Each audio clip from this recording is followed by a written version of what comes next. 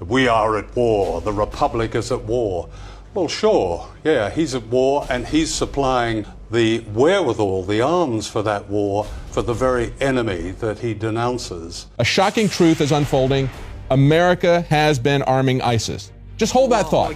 America has been arming ISIS. That's the context in which you need to understand all of this. America has been arming ISIS. The idea that the West is actually fighting a war against ISIS is beyond ridiculous. What has happened in Paris is us. We are responsible through our corrupt governments for all of these policies, and even if these individuals who carried this out are not directly working for Mossad, CIA, ISIS, Al-Qaeda, all the same thing, even if they did this organically of their own volition, believe me, that is exactly what our so-called governments want. That is what the policy that we've been fostering over and over. So what we really need to do is start realizing the fact that we are ISIS, and the reason why our corrupt, treasonous governments are carrying out these policies is because they do not represent us. The French, the British, the Americans, and the Turks have all supplied those who have kept ISIS going. It should be patently obvious to anybody that it is the West that has created this monster. ISIS is a creation of the United States. We know that from official sources of the US military themselves, declassified documents from the Defense Intelligence Agency. There is no war on terror. There is a war that is being waged using terrorist proxy groups, and they are being used against nation states who are resisting US and Israeli hegemony, and they are also being used as a means of disciplining the workforces in Europe. You now have terrorist attacks being committed by terrorists funded, armed and trained by Western intelligence agencies. Cameron has ignored everything that Blair was told. Cameron knows all that.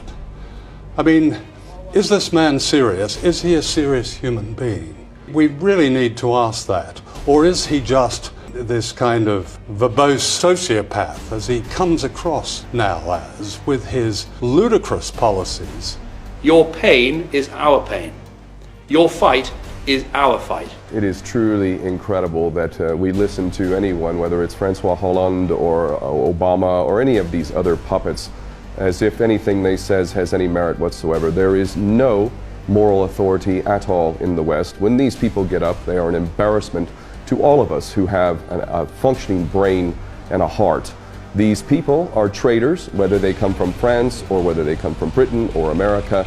Dumas, in an interview on French television, said that he was happened to be in England, and he was invited in to see people in the government and asked if he would like to take part in a project they had, and that project was an attack on Syria. I just got this memo from the Secretary of Defense's office that says we're going to attack and destroy the governments in 7 countries in 5 years.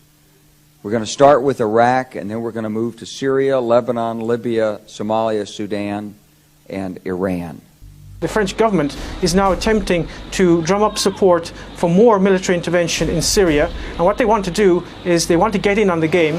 The game is almost lost. The Russians have routed much of the Islamic State. You now have Islamic State militants coming into Europe. The entire policy is intended to create havoc in the Middle East, and it is extremely important that people around the world begin to fully comprehend that these policies that are being carried out in the Middle East are actually not failures. I'm getting sick of hearing so-called experts talking about geopolitics and how America is failing to learn from its mistakes and all of this nonsense. These are not mistakes. Saudi Arabia, Qatar, Turkey, Jordan, ourselves, Britain, France, all fund, train, support, and ultimately are responsible for these monsters running around in their latest branded name, ISIS, which I will repeat a third time stands for Israeli Secret Intelligence Service. It has to stop. And in my view, it will only stop when people force their governments to stop.